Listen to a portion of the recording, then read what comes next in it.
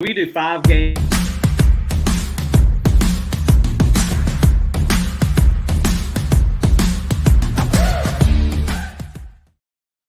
All right, what is up, everybody? Welcome to another show, another Dad Hat Chronicle Sports Show. I am your humble host. My name is Ed, also known as the Dad Hat or Cleanup King, if you want to know. Because I was dubbed the Cleanup King by the 47 folks. So I should take it, right? I should probably take that.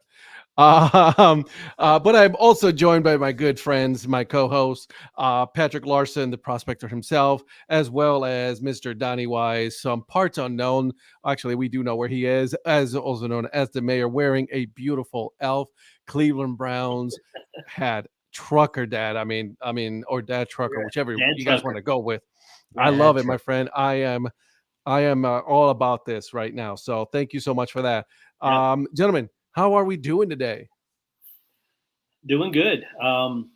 Worked late, got here about 45 minutes ago. So just kind of getting settled in, crammed down some dinner, and ready to do the show.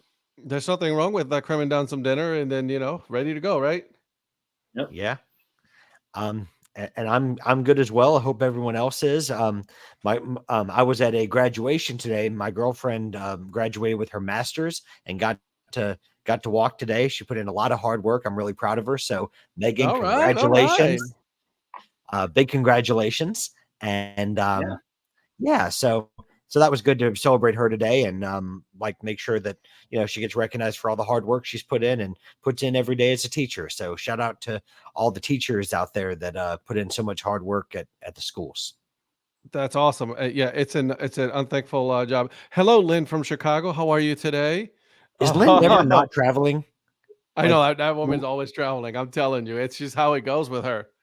But guys, before we go on, before we start, I want to give it a little bit of announcement, right? Because I would be remiss if I don't do something, Curve Prep Media related, right?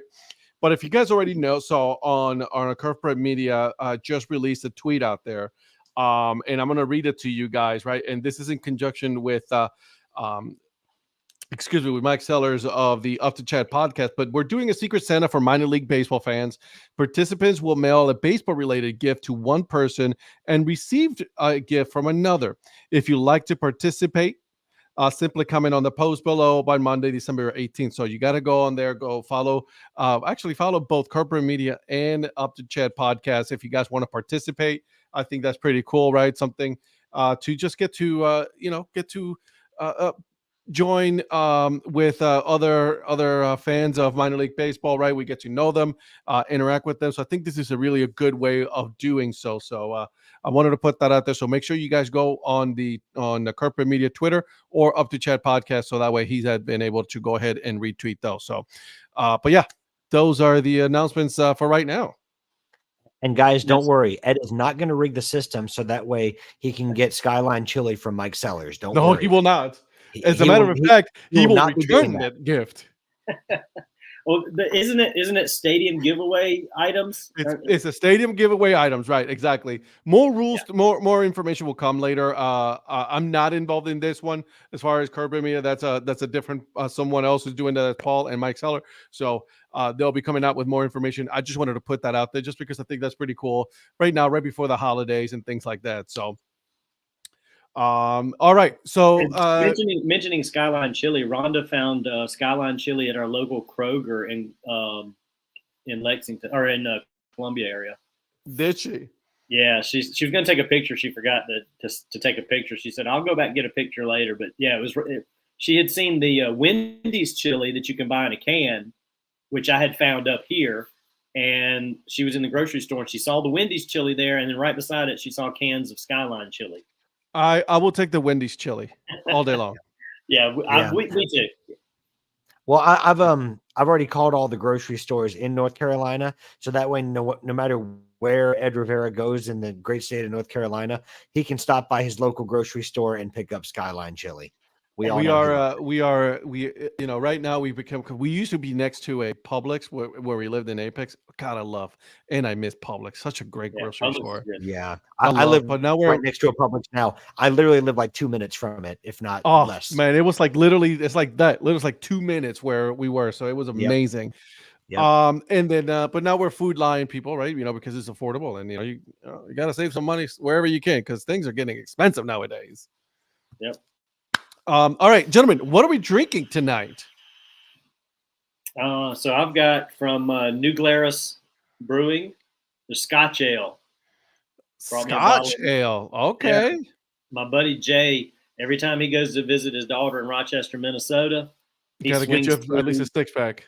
Yeah, he swings through New Glarus and picks up a handful of different things. So he brought me a big selection back right after Thanksgiving. Nice. What about you, Mr. Patrick Larson?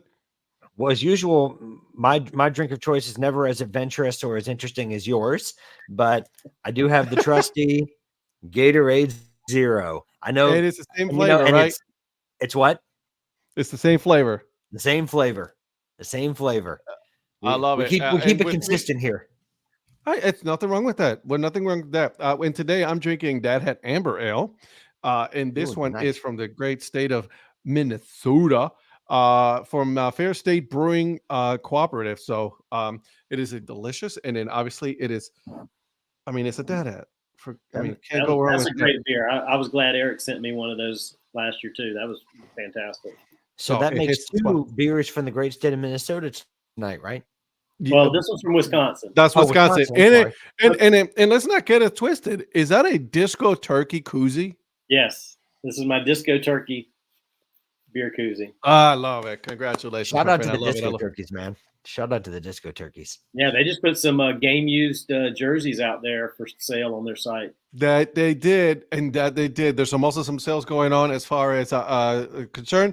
I'll be remiss to say if I don't say 47. I'm still waiting for you guys to give me a holler. Okay, send me a message. We'll DM me. We'll slide into my DMs. We'll talk. But they do have a sale of their Dad Hats going on right now. A lot of them, $15. I just bought 2 of them for the price of 1. So yeah. Sign up for their membership because then you become a family member and then you get the free shipping. So why not? And you get points, right? The more points, the more hats you buy, more points you get, then you get free stuff. So do that. Cannonballers are having a 20% off sale, from what I understand. Correct? Yep. Correct. I love it. I know you, Patrick. You know your thing. So, is there anything else that I have not missed? I know I saw the game worn jerseys for the Disco Turkeys. I saw the Cannonballers as well. If you live in the Jersey Shore area, I know that the Jersey Shore Blue Claws are having an in-store only sale of like 40% off all merchandise. I want to say it's tomorrow, but they're having some type of big thing. So if you're in the Jersey Shore area and you're around Lakewood and you want to go by and see our friends at the Blue Claws, they're having a big 40% off sale in store. So, go support the minor leagues in your area. So I love it. Guys, well, let's start with something a little bit different today, right? Right before we came on, we were all talking about the something Palooza, right? Yeah. We're talking about what we were going to do, where we're going. We're still deciding. We haven't really decided. I mean, I got to give credit to Donnie here. He's the one that's like put this together. He has a pretty cool schedule that he's put together, and then we don't know where we're going to go, right? It's going to be during the week or in the weekend. There's going to be multiple games, multiple teams. Maybe you do a doubleheader in different cities. That should be pretty cool. So, Donnie, what we got, man? So what we're looking at least tentatively, is the weekend, the last weekend of July, and we're going to do probably a Wednesday through Saturday. You got to be home on Sunday.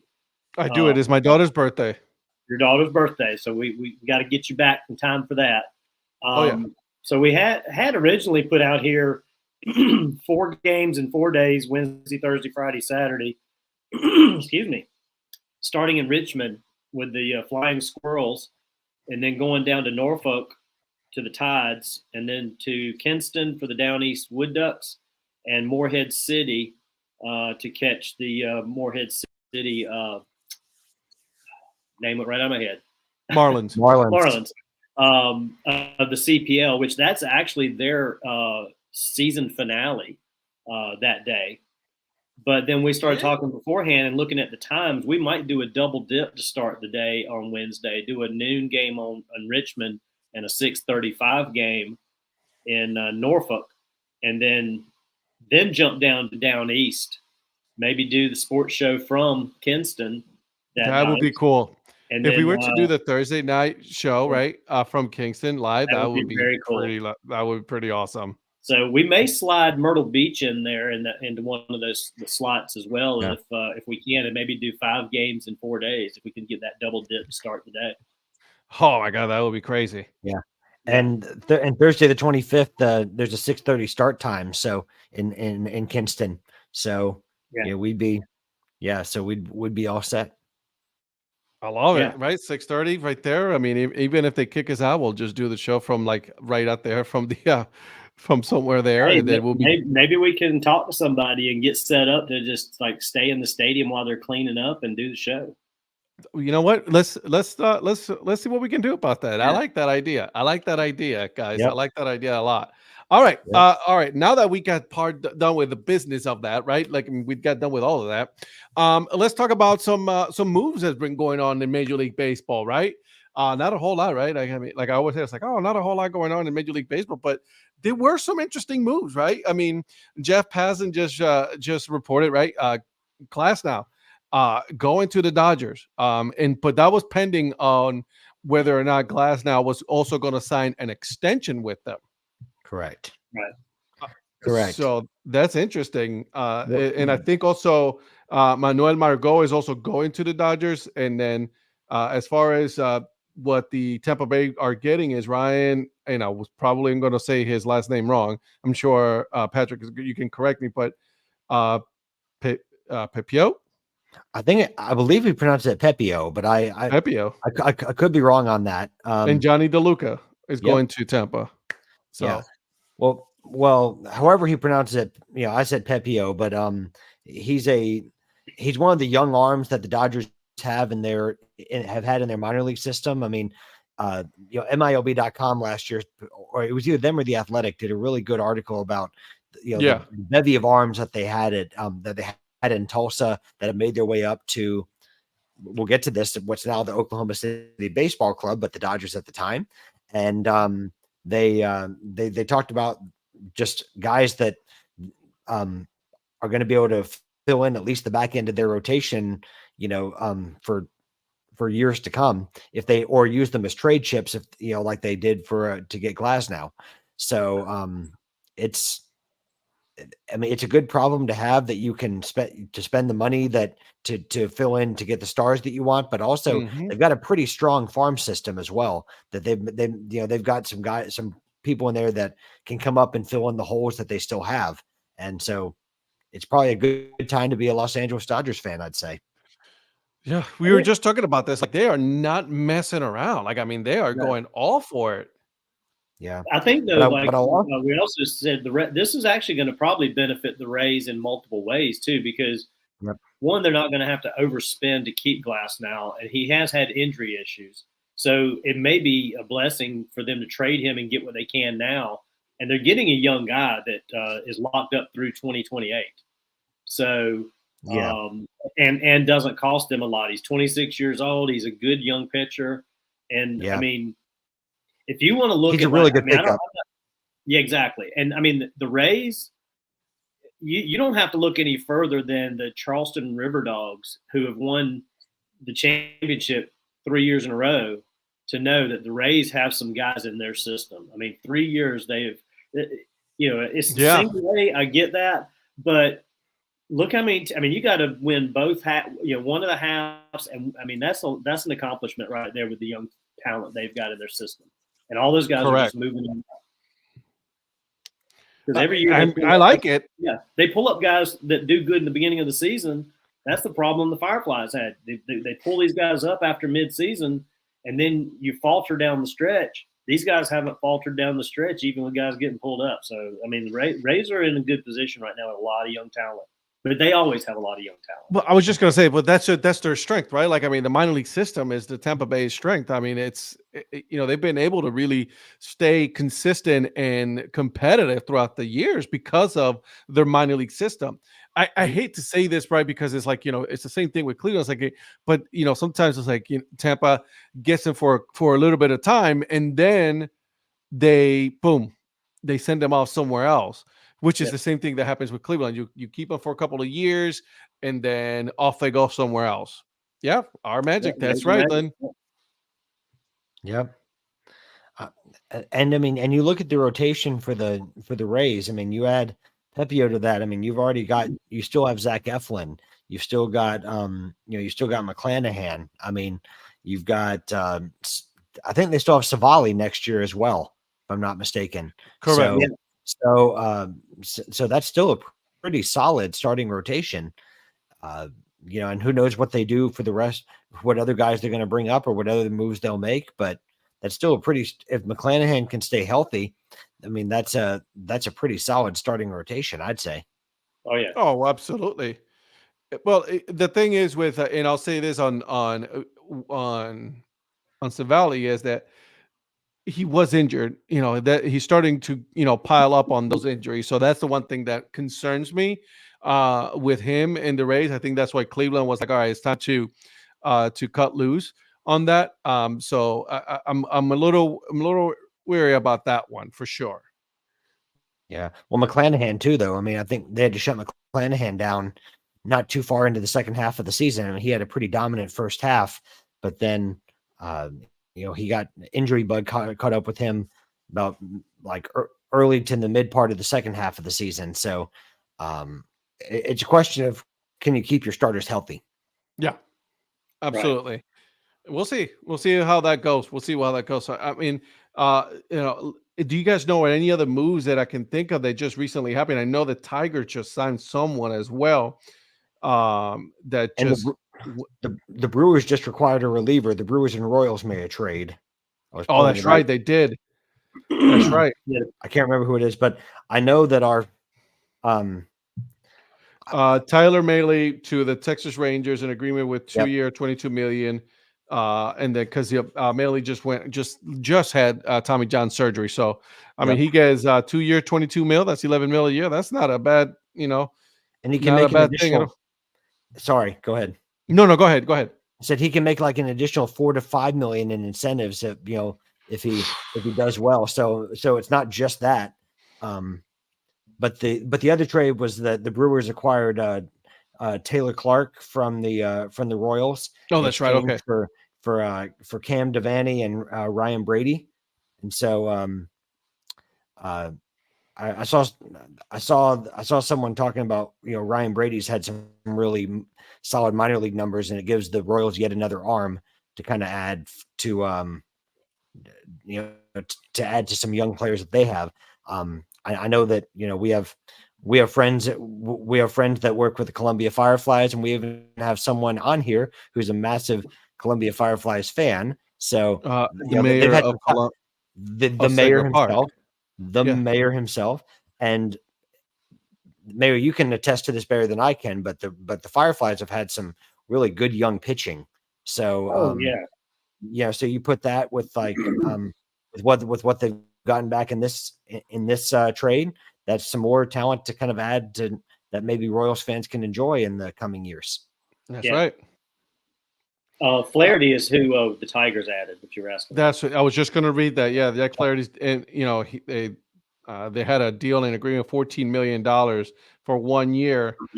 Can max out at $15 million with a start base bonus of $250. So for the 26th, $250 for the 28th, and $500 for the 30th start. So some incentives right there for him to one, stay healthy, and two, pitch as much as possible for the Tigers, right? So there's been some moves already, right?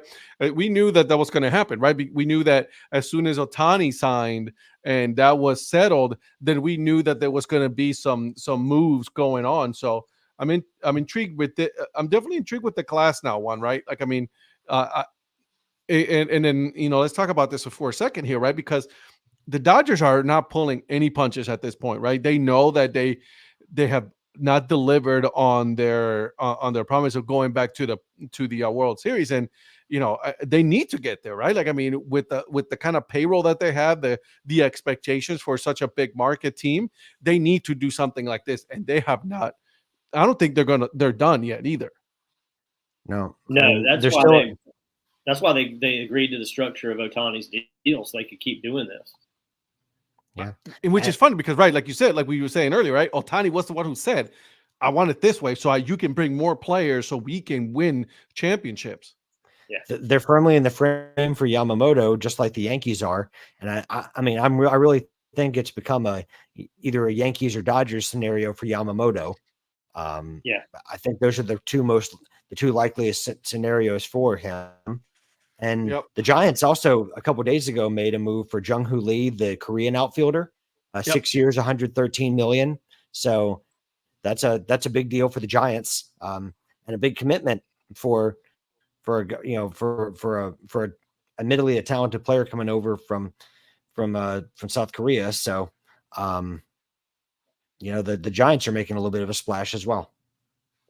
I'm also going to say, so let's talk about the San Francisco Giants, right? Because some reports were coming out that a lot of the players are very wary of going to go play for the Giants, not because of the team, but what is going on around the team, right? The city itself, right?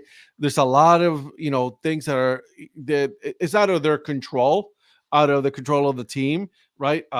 Crime and homelessness and all of this other stuff. That's like, because from what I understand, and correct me if I'm wrong, guys, that the Giants did almost or better a contract for Ohtani, but Ohtani decided to go to the Dodgers instead. It was the exact same contract. Yeah. I don't know about the value of the contract, but yeah, I mean, the Giants have missed out on a couple of big free agents. I mean, there's rumors that Blake Snell, that they may be a front runner for Blake Snell, but again, that's just reports. I mean, we'll see how that turns out, and we'll see if that holds true. I mean, if that went into Ohtani's thinking, I mean, who knows? But it's certainly it's something that when you're trying to present your community to a player, they take all those types of things into account, because a lot of these players come with families. I mean, very rarely is it just them. They've got loved ones that they bring with them in some form. And if crime is a problem, then that's certainly going to go into that kind of thinking. You're right. I mean, there are certain expectations, Len, for certain teams. For example, for if Cleveland was to have this, right, lots of playoffs, only one championship, I take that in a heartbeat. Yeah, right now. But expectations, just the Dodgers, the Yankees, right? Those teams, they have different kind of expectations for being such a big market team. Tampa Bay will take that all day long. Yeah. I mean, yeah, you're right. These legendary, as you call them, the blue bloods, basically. Your Dodgers, your Yankees, your the Mets. I think to some extent, just because of the market. But yeah, those teams, Yankees, Dodgers, are like a different level. I mean, they're like the Cowboys. I mean, they're such a brand that the expectation is that you win every year, and if you don't even make the playoffs, that's worse. That's the worst kind of failure right there, is to not even make the playoffs. You should at very minimum be making playoffs every year as far as they're concerned. 100%. 100%. So we'll see how it goes, right? Like, I mean, it's going to be interesting this as soon as we continue with this off season, because it's been right. I mean, this is where it's starting to get good now, like where you start seeing these players. I'm hoping my team does something, right? I mean, I think later on, into the new year, we're going to discuss expectations for teams and things like that, but that's going to be down the road. But like, I'm hoping that some of these teams, right, that we follow, right. Let me ask you this then, just so that way we can have a better understanding, is based so far on what has happened, right? Do you guys think that who's the team that needs to do something, right? Because they've missed on a big potential signing, or they have not really done anything. What's the team that needs to do something right now? I mean, I'm going to stay at home and say the Blue Jays. Missing out on Ohtani. One of the big holes last year was offense. I mean, and with past Blue Jays teams, that's not something you always said, but they have to sign somebody.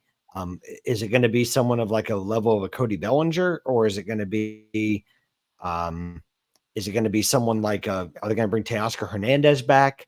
Jorge Soler. But yeah, I think Lynn makes a good point. Blue Jays and Cubs. I've been hearing that the Cubs are turning into front runners for Cody Bellinger to come back there. But interesting.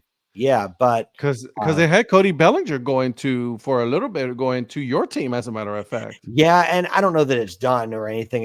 Again, these are just rumors that are out there. Yeah, Blue Jays fans, if anything, have learned that you can't listen to rumors until something actually comes to fruition. That can depend on anything. Yeah, right. Yeah, so I think the Blue Jays are certainly one team that has to address something. They have to have some type of response for their fans, because the fans were clamoring for either Soto or for Ohtani. They didn't get either one.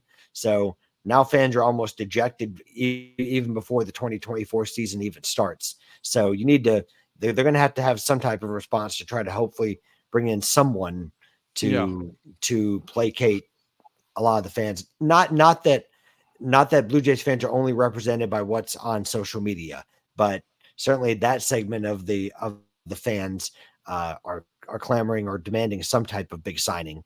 So Ross Atkins has a big challenge on his hands, and so is Mark Shapiro. So you're right. Well, I think the one team that better do something is the Mets. I mean, they jumped into the beginning of last season expecting a lot with what they loaded up with, and I mean, just failed miserably, and then they jettisoned everybody. So there's somebody that needs to figure out what they're going to do and what their strategy is going forward.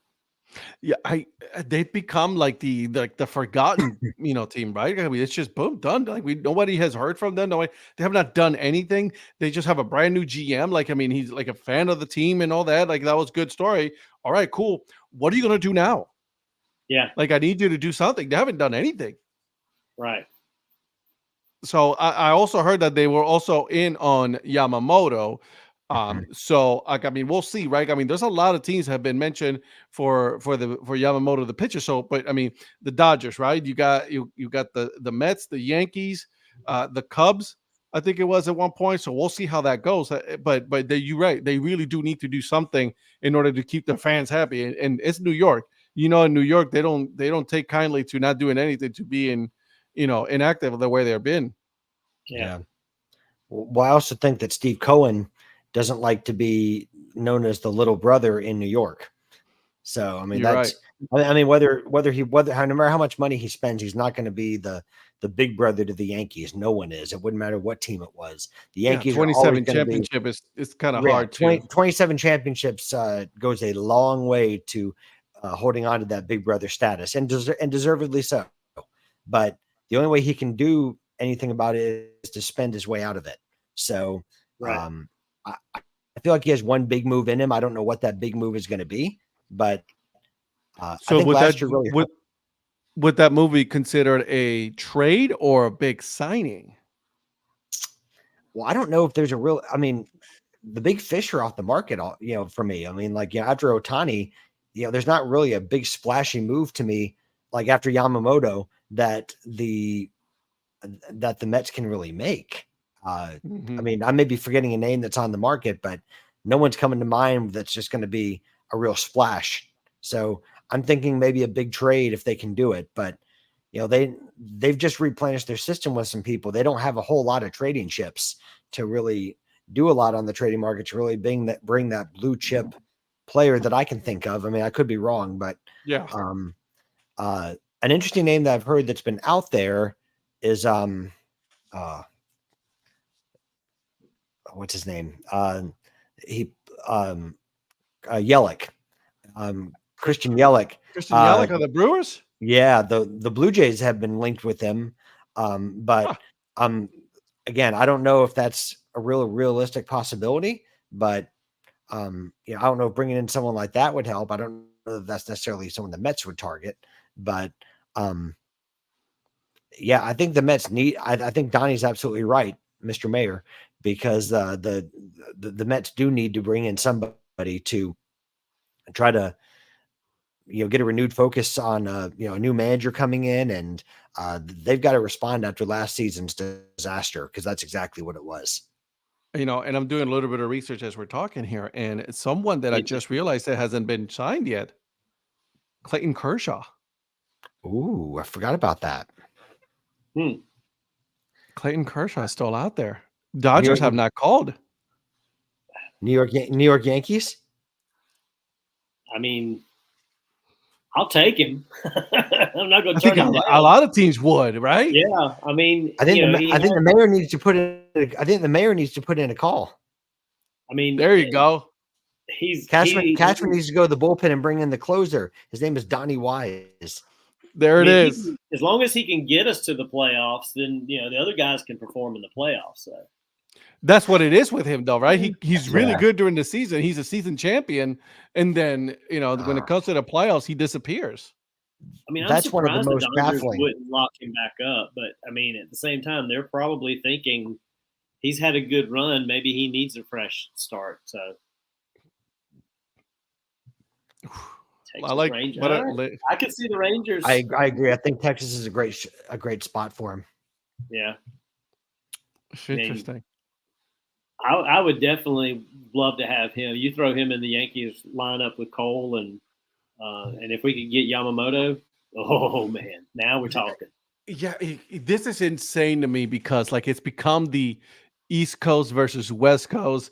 A battle of, like you were saying, blue bloods, right? The Yankees and Dodgers. This is going to be the battle now. The expectations with these two teams is so high, and we have not even played a single inning yet. Yeah. What if Yamamoto throws a swerve though, and he ends up going to Cleveland to sign for the Guardians? I highly doubt that. I'm just saying, you never know. He can throw a swerve on all of us, and it's like. But the Guardians weren't linked. It's like, they heard Ed Rivera was a fan, so you just never know. I love to hear that. I would love to, but I'm going to be very realistic and tell you that it's not going to happen. But it's okay. He's not going to Toronto. He's not going to Toronto either, my man. So don't worry about that. Guys, I want to touch a couple of things here. I'm going to look at the other ones that I'm looking right now because there's a good one that I want to talk about. But I also want to talk about this little thing right here. Oh man, that right? Yeah, that I saw when you put that. Or no, I think I saw it before you even said something about it today. Okay, man, that pops. That's way better than what they've got now. Speaking of Dodgers, right? Oklahoma City Dodgers are going to be no more. So there literally is no more because they are now the Oklahoma City baseball club. Baseball club. Right? Yep. I love the 89ers. I think that it would be so nice if they were to go back to the 89ers. Look at that 89ers logo, right? I want this in a Dad Hat so bad.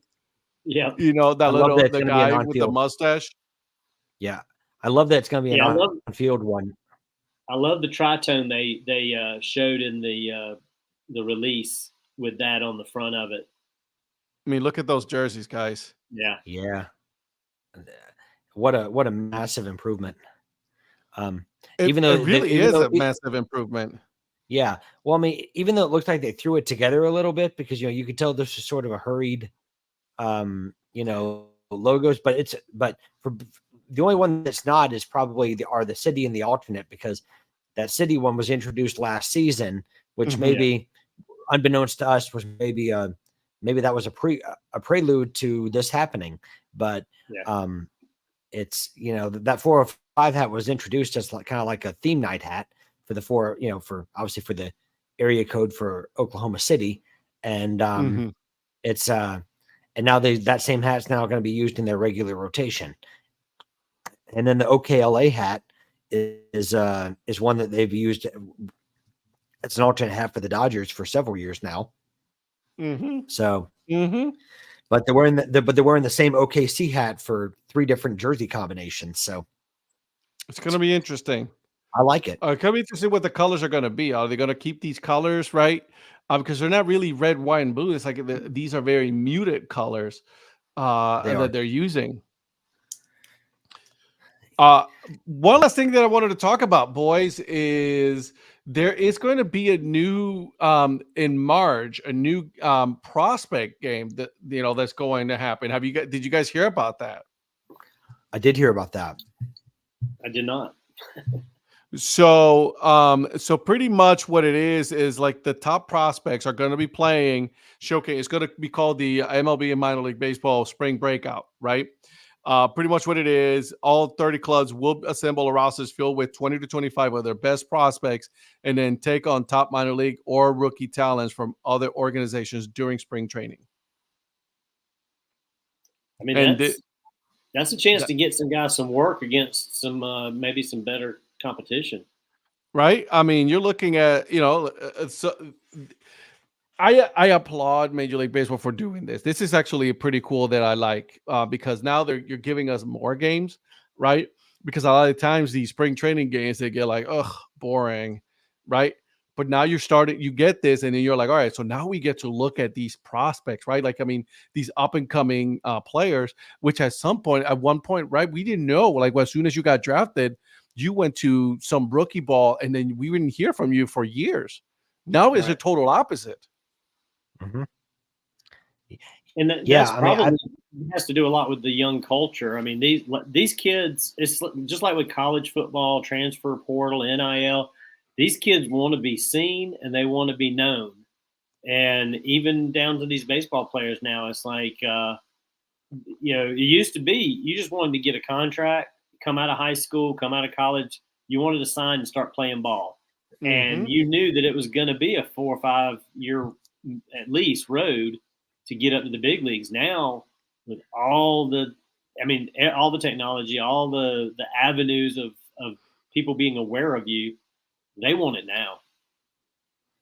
I mean, this goes from, and I have it here on the 14th, the first 2 games will be Reds and Rangers, Orioles, Pirates.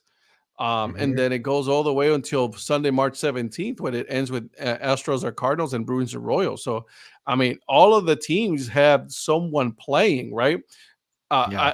This is cool, man. I really like this.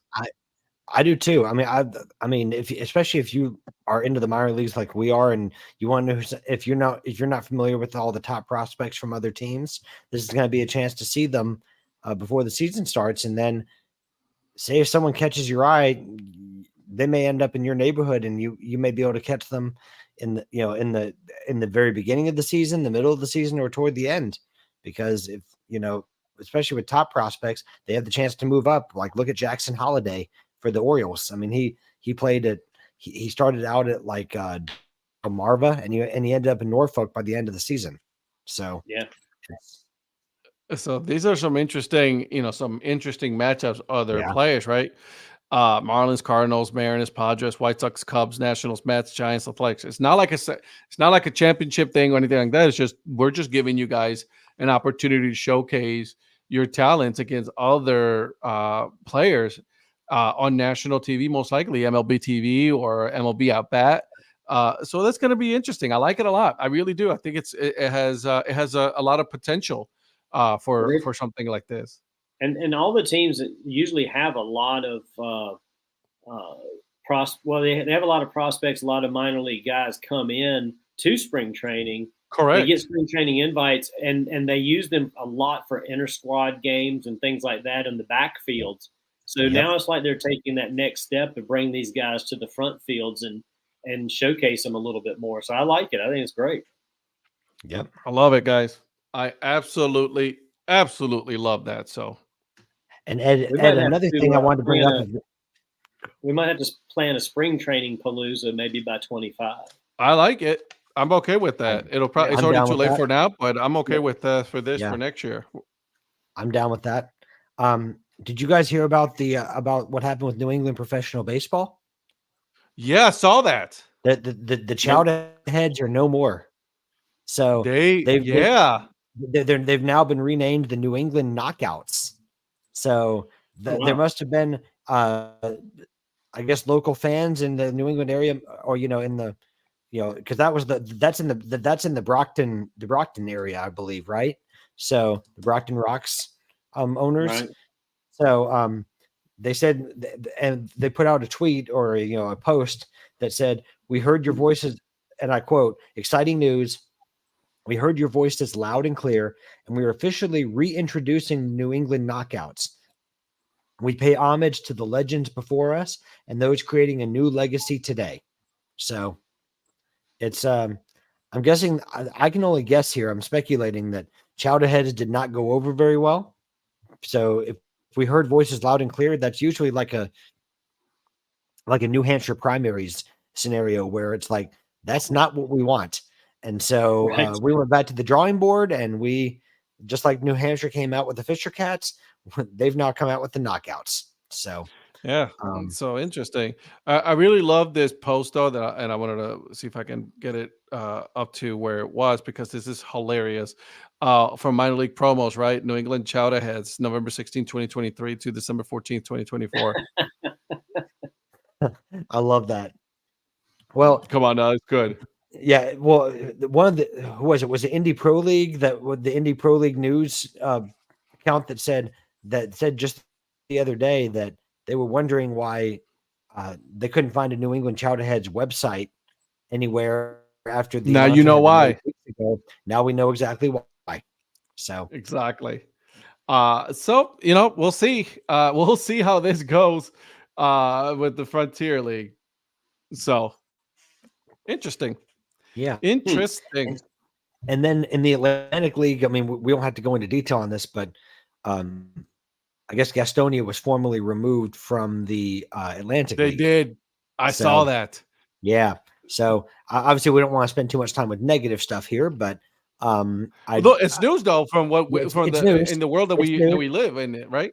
It is, and it's one of those things you have to acknowledge, because now the question is, they've already released, the Atlantic League released a schedule with Gastonia on it. So, and the league had said that they intend to field a team in Gastonia for the 2024 season, but then the owners of the Gastonia, the former Atlantic League Gastonia Honey Hunters, filed for bankruptcy, which prevents which throws a wrench in the plans of the Atlantic League to field a team in Gastonia, because now they're in bankruptcy, but now then it determines who's going to be able to use that field in 2024. So the bankruptcy claim throws a wrench in that. I think they did it on purpose. Let's be honest. You know what I mean? For sure. That was done on purpose. Yeah. I don't like that though, because all right, fine. You can't afford it. You're not going to pay. All right, just let go. Right. And now the ballpark is from what I understand, it's a really nice ballpark there. Right. Yeah. Yep. So why not let somebody else? New. Well, I mean, it's brand new. Yeah, it is brand new. Yeah. Essentially. I remember the hype behind it and all that. Yeah. Yeah. I mean, there were big plans, and now the plans started out pretty, grandiose, and they've had to scale back some of those plans, from what I understand. But usually that's very common when these types of things are built. But it's just, I feel the losers in all this right now at the moment are the baseball fans in Gastonia, and I feel my heart goes out to them. All the people that had jobs there. Right. And because they've done nothing wrong. I mean, the people were still coming out to the stadium, and they seemed, after kind of falling out of love, from what I understood, with like the Gastonia Grizzlies, which is where Jesse Cole used to be before he. Don't get me started. Yeah. Anyways, so then obviously there was a renewed, passion for this Honey Hunters team when they first came in, and now they don't have baseball again. So it's at least at the moment. Does the city own the stadium? I believe so. Yes. So I don't understand why the Honey Hunters, filing for bankruptcy would prevent another team from being able to use the field the city owns. Well, there's an agreement between the gas house owners and the city on, leasing that, leasing that stadium. So I guess the bankruptcy thing would throw some kind of wrench in that. I'm certainly no legal mind, so I can't go into the ins and outs of it. But from what I read, I think that throws some type of complication at the very least in the situation for who's going to play there. The website is still up with their 2024 Gastonia Honey Hunters schedule. And man, I love that logo because that was a cool logo. It's a great logo, great colors, and I hate that I didn't get by there for a game. I wanted to go to a game. In fact, when I did my trip to see the sock puppets year before last, we were headed home that last day, and it was between the Honey Hunters and the High Point Rockers, and I just decided to stop at the High Point Rockers because it was closer to Winston-Salem where we were at instead of going to Gastonia on the way home. And then I never made it back to Gastonia. I really would love to have gotten that was the plan because it's so close, on the way down to Charlotte for me. It's like I can just, do a quick stop and then go over there. But no, that was not meant to be. And that's the problem with a lot of the independent leagues and independent teams, right? They're there for maybe a year or two, a lot of them, and then all of a sudden off they go. And which is, sad, right? Like, I mean, you wanted to see that, stick around with where the counterclocks play, right? Like, when they had their other team that they fielded for a while, right? It was a completely travel ball, so that way they could have another team. But now they're in the same situation where you got the Dirty Birds, you got Hagerstown, the High Point Rockers, Lancaster, Long Island, the Blue Crabs, so like you got these teams, but now you need another team. Yeah. And Donnie, right before the 2024 season, Jesus. And Donnie, the confusion comes around. I just looked up one of the articles on it.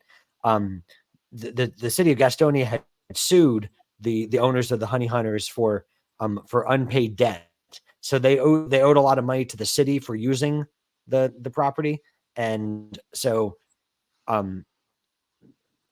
the filing for bankruptcy now like stalls the team's Gastonia's plans to take them to court over the unpaid debt. So the Honey Hunters not only owed money to the city and to the county, but they also owed money to sponsors and entertainers that came in. So they had a lot of they made some. I know that they had made some progress on paying back the city, but then they stopped paying again. So the city sued them for like breach of contract essentially, and now this is because the city wanted wanted the court to force the team out of the stadium over the unpaid debts. So that was what the law was going to decide. And now that they filed for bankruptcy, that's going to hold that up in court before they can make a decision. So interesting. So it's a beautiful ballpark. It is. And so, I didn't mean to bring down the mood. I just, it's one of those things. I mean, it's great news. It's something we need to talk about. Yeah. Absolutely. It's just kind of an unknown future for baseball in Gastonia at this point. So yeah. Absolutely. You're right. You're 100% right on that. By the way, let's go ahead and transition to the NFL because we got to make our picks here, boys. But I just wanted to point it out there. The Raiders are absolutely pummeling the Chargers right now, 35-0 with 46 seconds in the second quarter. Not the second half, second quarter. So 35-0. If you want to talk about a team that just absolutely just gave up, look at the Los Angeles Chargers. Yeah. Ed and Donnie, who is the head coach of the Los Angeles Chargers? Can't put my finger on it. I have no idea. I don't know. Let's see who comes out after the half. Okay. That's an excellent point. That's a valid point. For the past 30 minutes of game time, it's been Brandon Staley. Let's see if he finishes the game. If the team lets him. And I'm wondering how he's been able to coach the last 6 to 7 games. And I'm wondering how he got to coach at all this season because he should have been gone last offseason. And I would have even argued the season before that. But he's just they just must love being ordinary or just plain bad. And they're actually a 500 team. Like if they lose tonight, which most likely they will, under him they would be 24-24. That's only because middle of the road. That's only because they've got some talent on that team. It's certainly not because of the coaching that they're 24-24. I can't remember, and I was watching the previous show, but they were saying that their top 3 players, Eckler, Austin Eckler. yep, their quarterback, Jesus, I can't remember Herbert. his. Yeah, Justin Herbert. Yeah, and their wide receiver, the top wide receiver, have only played 9% of the games together. Is that Keenan Allen? Keenan Allen. Is that There you go. Keenan Allen? 9%. Yeah. And I then mean, on the if he's not fired after this game with the start with the 35-0 halftime score, I have no idea what the ownership is thinking at None. that point. I mean, there's no reason You should be keeping him. Right. He should get back off. He should get off the plane in the middle of the night tonight when they get back to LA, go to the office and be fired. Yeah. I agree with Lynn here. Ask again later. That's a great We don't know. point. He should go straight to the office, pack his stuff, and then just wait for that letter. Real quick, just to jump back to Phil's comment, why not rebrand before next season? Why wait till 2025? I think that's in reference to Oklahoma City. Yep. It's probably, I mean, obviously it's just something that they decided to do after this season, and they kind of have an idea of what they want to do, but they probably want to do who knows? They want to do like a name the team contest or who knows what. I'll give you a couple of merchandising takes so long now that's probably the biggest part of that. I was just about to say that. And I also think that there's an added motivation that since Diamond Baseball Holdings owns that Oklahoma City Baseball Club, they want to put their own imprint on this organization as quickly as they can. So the quicker that they can get rid of the Dodgers name and kind of get that out of people's minds, the more that they can, get people focused on what's going to be coming rather than what they were. So a couple of things, because I've had a conversation with someone who works in that business, right? And from what I'm being told, it takes a good solid year for the team to work with Major League Baseball. One, right? They have to go through licensing. They have to go through making sure that it's copyrighted and all that. They're not getting sued or anything. So it takes a while for all of that to go through. I think it's a smart idea on how they did it and why they're doing it, right? You give them that year. You're selling merchandise. First of all, you're selling more. You gain more money in your team store.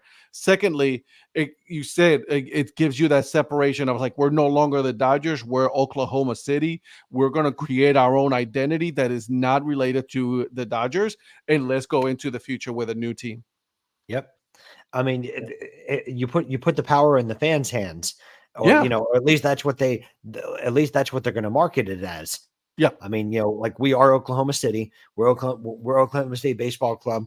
We're going to have an identity that's going to represent what being from Oklahoma City is all about. And, we need you on this journey with us. I mean, that's how you do it. So 100%. Absolutely. It's great. Great going back to that. Right. I did see it, and I wanted to mention jump back to baseball after we went to football, but I just wanted to answer his question there. Yeah. And we're probably going to be going over here. No, I totally forgot it. I saw it that Phil wrote it, and so I do apologize, Phil, for that. All right, boys.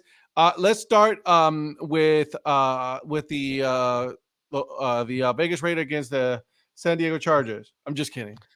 Oakland Raiders. I'm going to pick the Raiders in that one. I'm going to take the over on this game. Yeah, you think so? And the Raiders just made it 42-0, by the way. It is 42-0 right before the half. What was the over under on this game? Have you had that? I'm checking. I'm going to check right now. Yeah, I'm going to check right now. Because I bet you the Raiders just took the over by themselves. If I had to guess, I bet it was 38 or something. You're close. I was going to say 32. 36. Oh, wow. 36. Okay. So the Raiders have single-handedly taken the over. 36.5. All right, boys, let's talk. Yeah. NFL Sunday, 1:00. Vikings at Bengals. Bengals are a 3-point favorite on this one. I'm not even going to mess around, boys. I'm going to go with Bengals on this one. I think the Bengals got this one. These are Saturday games, by the way. I'm sorry, Saturday games. You're right. These are Saturday games. I didn't even realize they were still playing or starting to play Saturday games until I just saw it. Yeah, Yeah. it starts this week. So it starts this week, my friends. Yep. I'm going the Bengals as well. Yeah, I think the Vikings have just got too many problems. I think the Dobbs thing's kind of fizzled out a little bit. Yeah, come down to earth a little bit. Yeah, and I think I'll give you a good throwback. I think the Bengals have found their Kevin Cobb. Wow. Because that guy came out of nowhere, had a great year, got paid, and then disappeared. So I don't know if this guy will disappear that fast, but I have not heard that name in ages. Yeah, no kidding. My God. Good, you pulled that one. But a good comparison. That's a good call. Guy got paid. Yeah. That's a good call. I like it. All right, boys. Steelers going to Indy. Indy is only a 1.5 point favorite. I'm going to be honest with you guys. I don't have much hope in the Steelers winning this one. No, I don't either. Wow. I think the Steelers. I mean, we keep talking about Mike Tomlin. He finds a way to have a winning record, and he will end the season, I'm sure, with a winning record. I don't think they're going to win this game. I think it's going to be a close game, but I'm going Colts. But I'm going to be honest with you guys. Indy has been absolutely lousy at home this year. It's been painful. It certainly hasn't been all about the shoe in Indy like it should be. But all that being said, though, I like the Colts in this one. I still think that there's a little bit of Minshew mania that we still have left to play. So it's not going to be a high scoring game, I don't think. But I like the Colts. I just don't believe in their offense, in the Steelers' offense at all. No. Right? I mean, we keep going. We've been talking about this for how many shows now, right? Where if there's no offense, that defense is going to get tired. No matter how good that defense is, they're going to get tired for spending so much time on the field. Yeah. And right now, their offense is atrocious. Their wide receivers can't catch. Their quarterback play is absolutely horrendous. So I don't have any faith in the Steelers on this one. Yeah, and the Colts were garbage last week, but before that, they had won 3 in a row. So, they've got some nice young pieces. The Colts do. So, I'm gonna go with Indy. I like it. All right, boys. The last game of the Saturday slate here is we got the Broncos visiting the Detroit Lions. The Detroit Lions are getting a 4.5 point favor right here. The over-under is 47.5, which should be interesting. So that means they're looking to be a high-scoring game here. What say you guys on this one?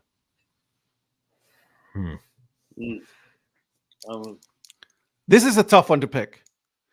It is. Denver's and Denver's been on a run.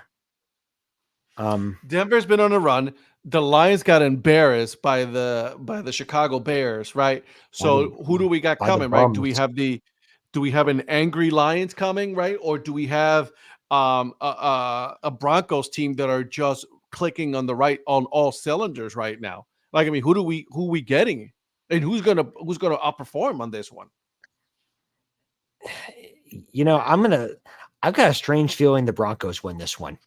Okay. Yeah. And I've been anti-Broncos most of the season, but Sean Payton really seems to have turned this team around. They've been kind of hot and cold on the road this season, but you know what? I got to kind of go against. I got to kind of make some picks that maybe not everyone's going to make. So I'm going Broncos. Okay. I was going to go Broncos too for that very reason, and then we're going to both end up with the same one. So okay. What are you picking, Ed? Let me say this. I'm going with the Lions. Okay. All right. I'm going with the Lions. It's simply because I still believe they have a good defense. They have really good wide receivers. I don't think they're it was an anomaly for the I think they played out to their competition with Chicago, right? They overlooked this game, and then they were looking ahead to this game. But I think they come strong and they win on this one. You know what?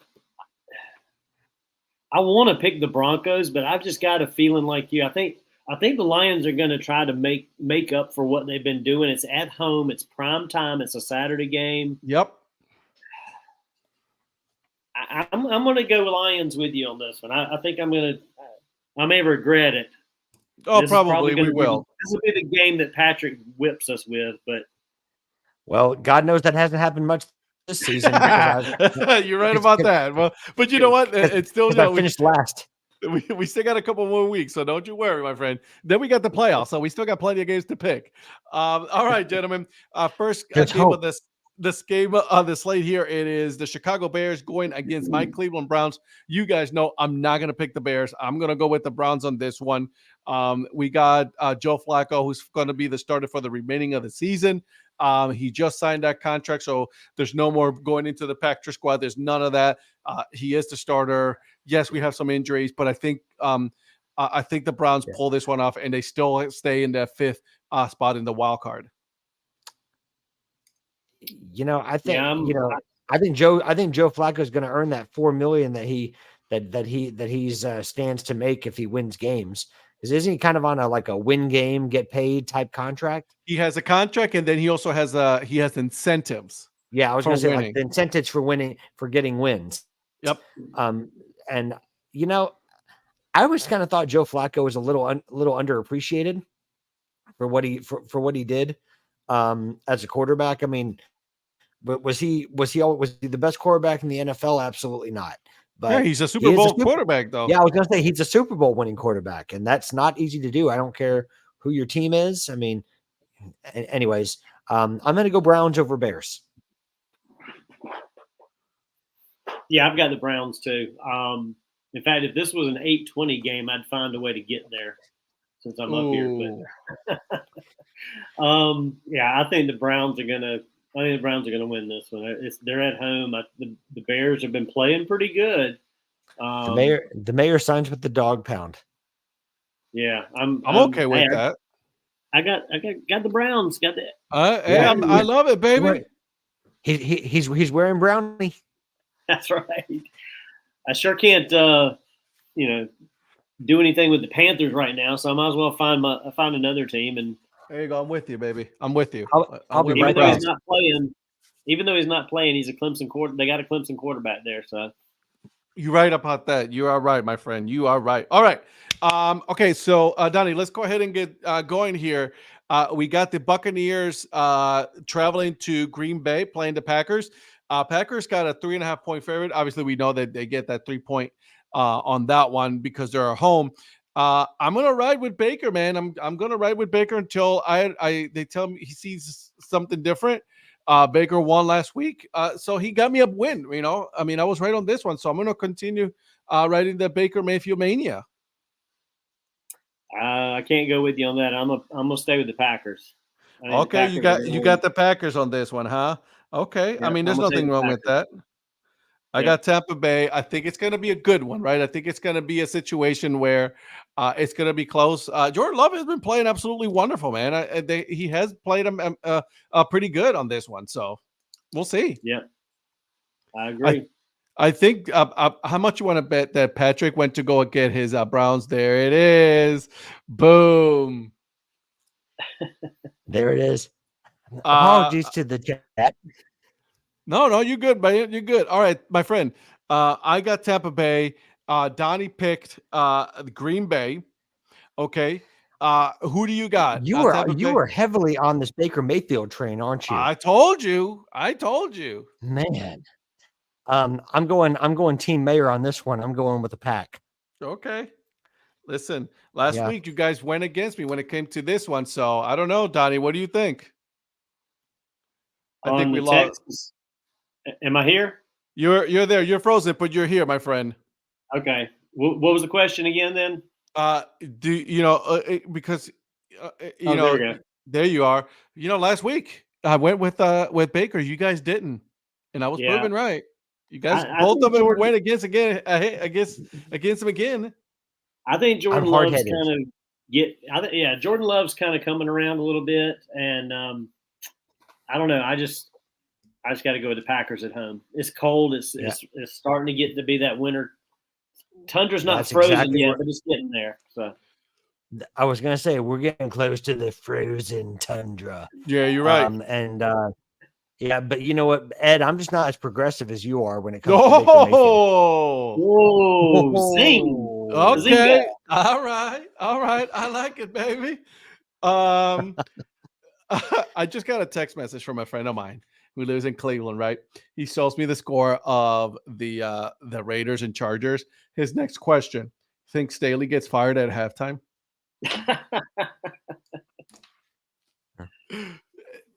That would be the best thing the Chargers could do. Like, it would be so funny if they came out and said, "So and so is our interim coach for the rest of this game." Oh my god, that would be so bad, but so on brand with what is going on in the NFL right now. The best acquisition the Chargers can make right now is addition by subtraction. Yeah, you're right about that. We'll see how it goes, though. Yeah. All right, boys. Texans, Titans. All right. Titans are a 3-point favorite. I did not see the Titans winning the way they did against Miami. Texans are coming out of a bad loss. And is CJ Stroud playing? I don't know if he was playing or not. I know he was in a concussion protocol. Yeah, I haven't heard an update on what, because I think my pick on this game really hinges on whether CJ Stroud plays, and what type of condition CJ is in. Let's see if I can find out. 4 days ago, he stole into protocol, and I haven't heard anything as far as the team is concerned, right? Like, did you say 4 hours? You're reading that report from 4 hours ago? 4 days ago. I have one from 4 hours ago. From 9 hours ago, he stole in. Yeah, his status is still up in the air. That's not good. He hasn't been practicing this week, so yeah. And his timeline to return is like not known. So, if he doesn't practice tomorrow, he's out. I think so. Yeah, correct. That'll be the tell. I think even if Davis Mills, wouldn't that be Davis Mills then instead? Yes, correct. Davis Mills. Yeah. I don't think it's going to matter if he plays. I'm taking the Titans. I think Will Levis is solidified the spot with that team right now. Okay, we got Tennessee. Okay.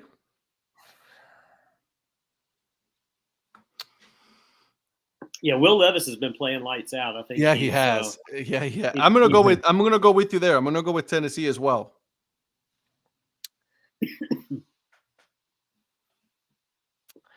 Well, I mean, I don't see how I can go against Mike Seller's hometown and favorite city. I gotta go with Tennessee Titans on this one.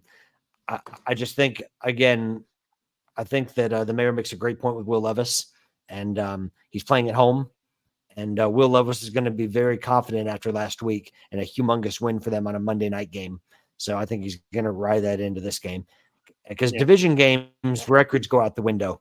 Division rival games, it's always going to be close. But I think the Titans are going to pull it out. I think so too. All right, boys. Let's move along here. Another 1 o'clock game. Jets visiting the Dolphins.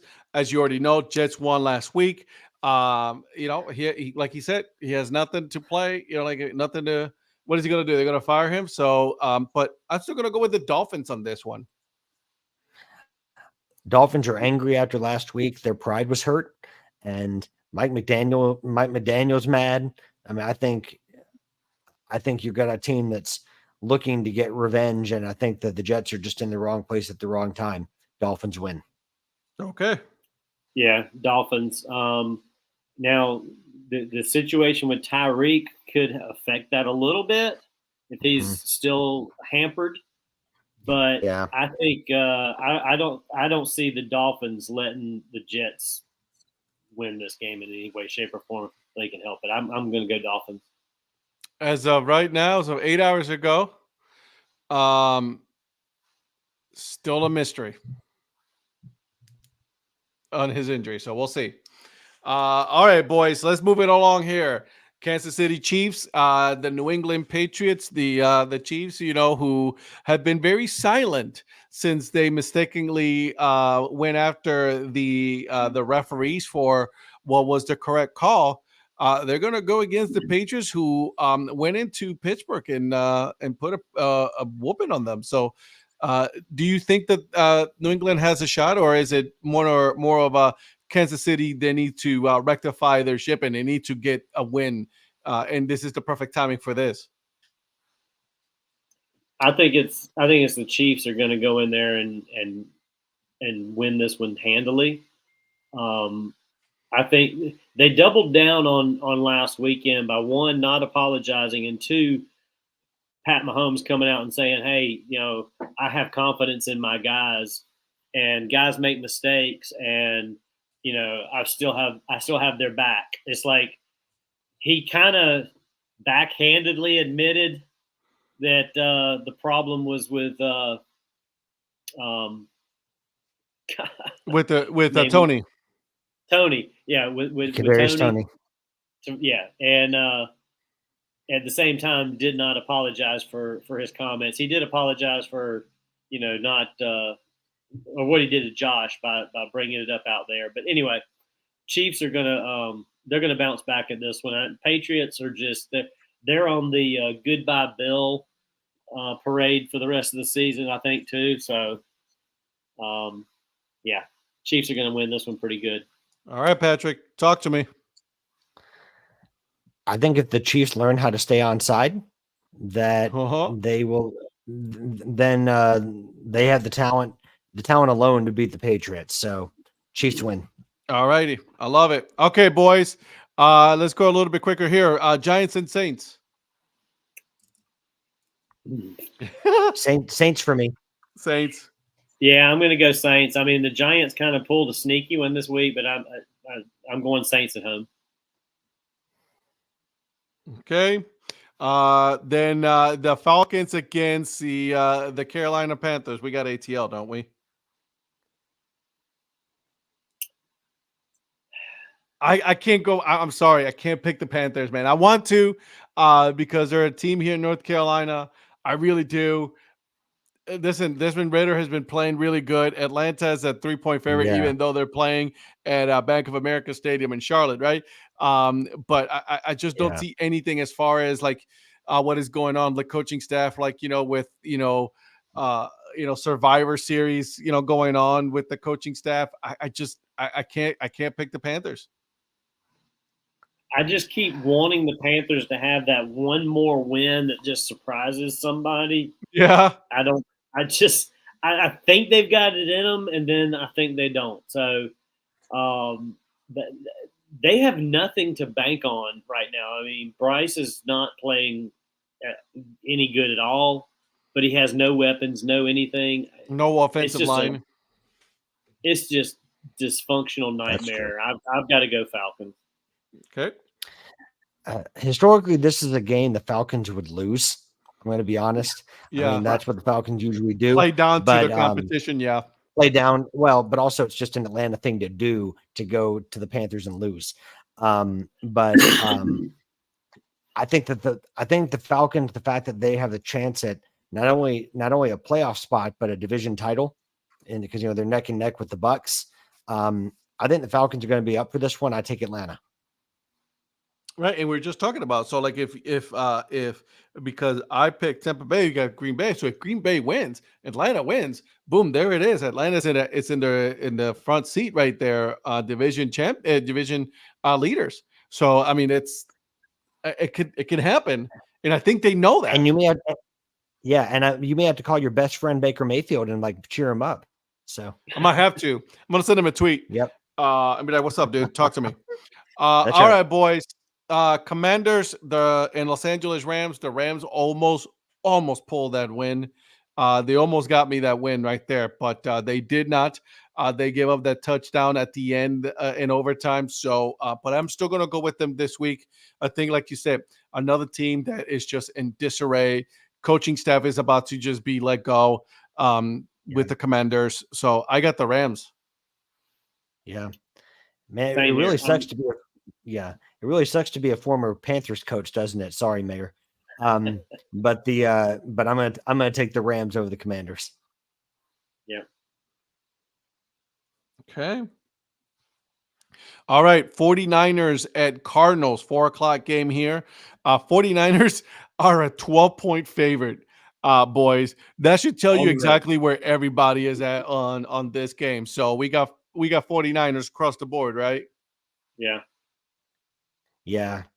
Jonathan Gannon's been a disastrous hire. Well, I mean, his quarterback is atrocious. Let's be honest. Like, if he's still doing the same thing that he has been doing for so long, not reading the playbook, not doing what he's supposed to be doing to be a franchise quarterback, earning that massive contract that they gave him, that's what you get. That's what you get. Yeah. But I also blame him. Like, you don't keep a Josh Dobbs. I mean, I don't know. Right.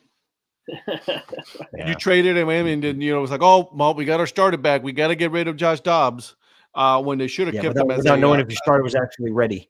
So that's the part that got me. Exactly. So all right, boys. Cowboys and Bills. The Cowboys were dominant against the Philadelphia Eagles last week. I mean, I thought it was going to be a whole lot closer. It was never close. Yeah. It was over before it even started, guys. So, what you guys got on this one? The whole season I've disrespected the Cowboys, and it's finally about time I put some respect on the star and on the Cowboys name. So, I take the Cowboys in this one. Okay. I'm going to go with you. Oh my God. The Raiders, I'm sorry, I got to jump in here. The Raiders just did a lateral to Jacoby Myers, who turned around and threw a touchdown to Devontae Adams. Jesus. Oh my word. This is we're not going to have another 70-0 game, are we? The way it's looking like, yeah, possibly.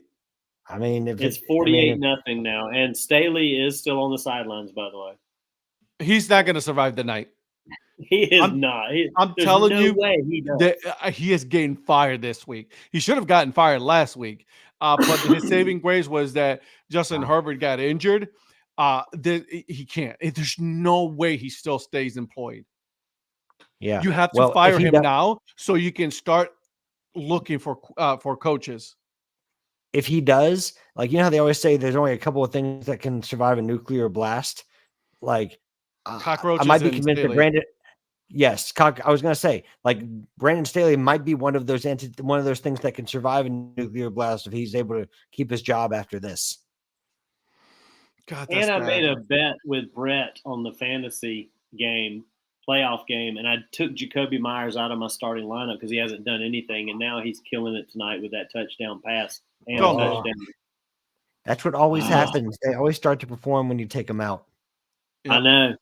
Hey, Donnie, you got Dallas as well? Okay. No, I'm taking the Bills on this one. I think the Bills at home, Dallas traveling up there, cold weather. The Cowboys have been on fire. I give them that. And they're playing solid. I think the Bills find a way to win this game. All right. Hey, there's nothing wrong with that. I like it. All right, boys. And then a couple more games. Sunday night game. Ravens going to Jacksonville against the Jacksonville Jaguars. You guys already know my stance on this one. I cannot, in good conscience, pick the Ravens. I will not pick the Ravens. I'm going to go with the Jacksonville Jaguars. I'm going to stand strong with my friend on this one. Mike, I got you, buddy. So I'm not giving you tennis talk, but I am going to, support you by rooting for the Jacksonville Jaguars. You guys are picking Baltimore, aren't you? I'm on the fence. I don't know. I can't. I don't know if I can go against my boys, my Clemson guys. And they're at home. It's a Sunday night game. Ravens have not been solid all year. They're 10-3, but they're like some of these other 10-3 teams. It's like they've had some chinks in their armor. Yeah. I'm going Jaguars. They're at home, and I got to stick with Trevor and Travis. I like it.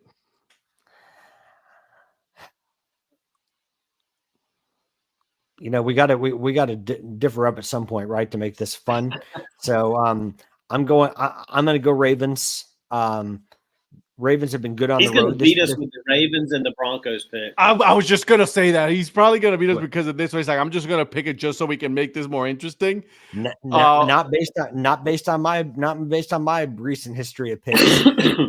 I might be telling you 49 nothing.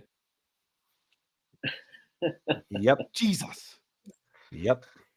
That's embarrassing. All right, boys. Last game.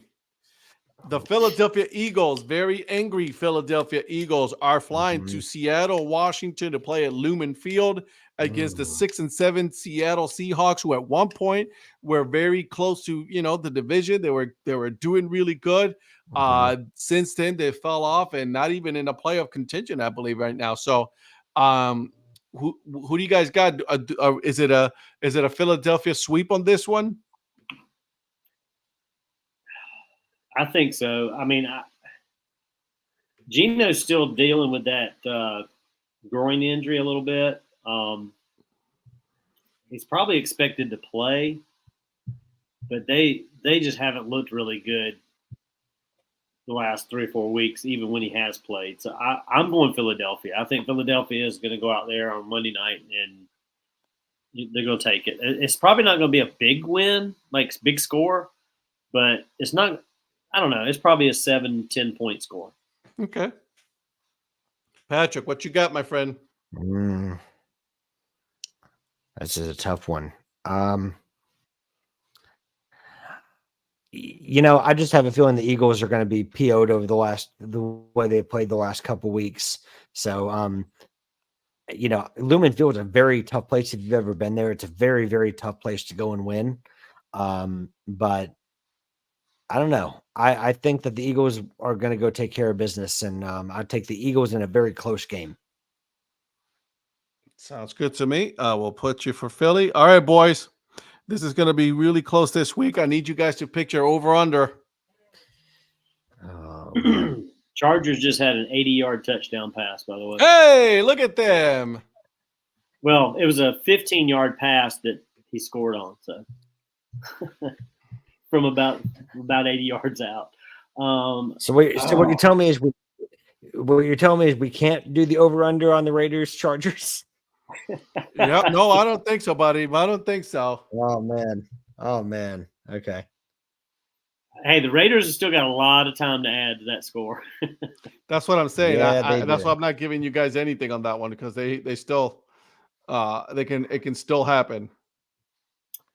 I'm trying to see the over-unders here. Yeah, I'm trying to do the same thing. All right, boys. So I'll read them for you. For the Saturday games, Vikings, Bengals, the over-under is 40.5.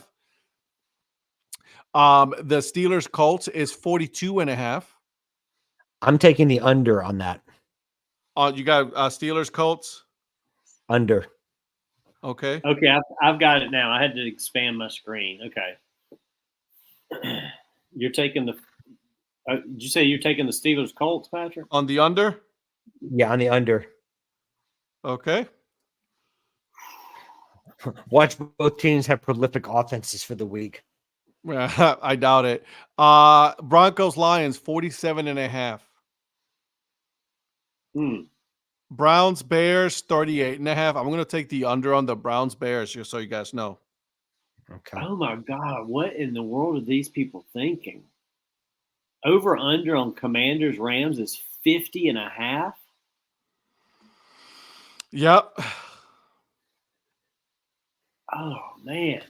Did you realize that Cooper Kupp has hot. been injured most of the season, right? Huh? Did you realize that Cooper Kupp has been injured most of the season, right? Yeah, but they got Puka. That's true. I mean that's calling for like a 30-20 score, but oh man. What you got? You got? I'm gonna take the under on the Saints Giants. It's 39.5. I'm gonna take the under on the Saints and Giants. We all went under this week, huh? No, I went over. You went over? Yeah. I thought you said you were doing the under on the Browns Bears. No, I over on the Browns Bears. Over. It's only 38.5. Oh, I'm gonna take the over for sure. I'm taking the over on the Browns Bears. Okay. Yeah, I've got it. I got you. I mean, You know I'm your writing a Browns better one-game than win I do. streak. One game win streak. Hey, the Colts are currently holding the last playoff spot in the AFC. I don't know how in the world they hold every tiebreaker with every 7-6 team. So I don't know how in the world they're in a playoff spot, but I'm thrilled. So Well. Hold your thought there, because Pittsburgh Steelers own the tiebreaker against Indy based on percentage. but So in the seventh spot, aren't the Colts still in a playoff spot though? yeah. But I'm saying, like the Pittsburgh Steelers own that tiebreaker against them. So if they Steelers and Colts end up with the same win-loss ratio, games, Pittsburgh will go ahead of In them. games where they play the same opponent, basically. Yep. So Baltimore's in first, Well, Miami's in if- second. If Indy beats Pittsburgh this week, that'll change that. That will change that. Correct. Yeah. Kansas City in tell 3. Darla it's on. Oh yeah, it's on like Donkey Kong. I'll let her know. And then Kansas City's in 3rd, Jacksonville's in 4. Too bad that Cleveland can't move up, because Cleveland will own the tiebreaker over the Jacksonville Jaguars. Right? Cleveland is at 5, Pittsburgh 6, and then the Indy in 7. So you got Texans, and you got the Broncos. Man, I'm telling you, don't sleep on the Broncos. They're playing really well right now. Shout out to Rhonda, by the way. Look at that, Rhonda. Stay to the end. Give me some credit. Got it. I was wondering if she was still up, or if she'd already gone to sleep. So. Mrs. Mayer is a real one. There it is. Okay, boys. What do we got going on this week? What's happening? Talk to me. I'm headed out to the Cleveland Monsters tomorrow night with JJ. So nice. Looking forward to seeing some hockey. Very good. You're gonna like that ball. You're gonna like the stadium. Yeah, I'm looking forward arena. to getting down there and checking out that a little bit. I mean, I won't have a lot of time, but I got to work in the morning, try to get out to there about 2:00 and head up that way, and then I'm just working hard all weekend, and then I fly home Monday. Heck, I got to work Monday night at midnight after I get home from here. So, ouchie! I got a hard week coming up before Christmas. Ouchie! All my work back home has been piling up while I've been up here, so now I got to catch it up. So yeah, you definitely got to do some catching up to do, my friend. Yeah. But I made sure that my night jobs are on Monday and Wednesday next week, so I'm available Tuesday and Thursday night for the show. That's what I love to hear. Got my priorities. It got that right, my friend. You got that right. Patrick, talk to me. First of all, I love the way that we're all representing Brownie. We love Brownie. Yes, sir. Anyway, so this week on the Head History series, there's the Southern Maryland Blue Crabs, and that's right. Yeah, and so that's currently out, and so thanks for all the support that people have been showing that, and the team even commented on it, and so they said I should get a raise, which I was, thank you, Southern Maryland Blue Crabs, for pushing for me to get a raise. I did show that to my boss. And so it didn't work out, huh? It did not. It did not. Okay. But it was worth a shot. So hey, anyway, why not? Absolutely. Yeah. Shoot your shot, brother. Yeah, that's right. But yeah, other than that, haven't decided what next week's I've had a request for what next week could be, but we don't know yeah, we don't know. And that is a guy that I know. So shout out to Mike Douglas. That's my man. So we'll see if maybe it is, maybe it's not. You'll just have to tune in next Wednesday and find out what drops. I like it. I like it, man. I like it a lot. So as far as me, again, I want to apologize. I did drop the episode. It's just a raw foot, I want to say raw footage, but it's not. It's just the interview part only, right? With Eric Lichtenberg. I do apologize. It's just somehow it didn't work out. So we'll see how that goes. Lynn, after the Kristen Del Market in Chicago, I'm heading home. Then I'm going to Iowa Heartlanders hockey on Sunday. Nice. The Chris Wrigley Kindle market. Field Nice. Wrigley Field looks amazing, decked out for the holidays. Yeah, I am actually going on Saturday to the Durham Bulls, their winter wonderland they have going on. So I'm very excited for that. Stay tuned for next week. There's a good episode also for the Dad Hat Chronicles. Tuesday and Thursday, again, 9 p.m. Eastern time. These three knuckleheads will be here. We will have some fun together. But until then, guys, support the minor leagues, guys. See you next week. See ya. See ya. Bye.